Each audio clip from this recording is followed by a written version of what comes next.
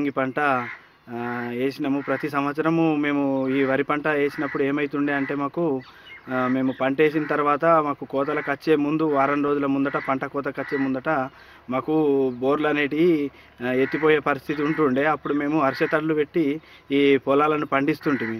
అయితే ఇప్పుడు ఏం జరిగిందంటే ఈ 24 గంటల కరెంటు ఇవ్వడం ద్వారా మరి మా ఒక నెల రోజుల ముందే ప్రతి వేసంగి పంటకు మాకు ఎప్పుడైతే ఎత్తిపోతుండేనో మా బోర్లు దానికన్నా నెల రోజుల ముందే ఇప్పుడు మా బోర్లు నీళ్లు పోయక వచ్చినాయి. దానికి కారణం ఏంటంటే మరి భూగర్భ జలాలు అనేటివి ఎండిపోవడం ద్వారా మాకు ఈ దుస్థితికి వచ్చింది. మా పంట పొలాలన్నీ ఎండిపోవడం జరుగుతున్నది.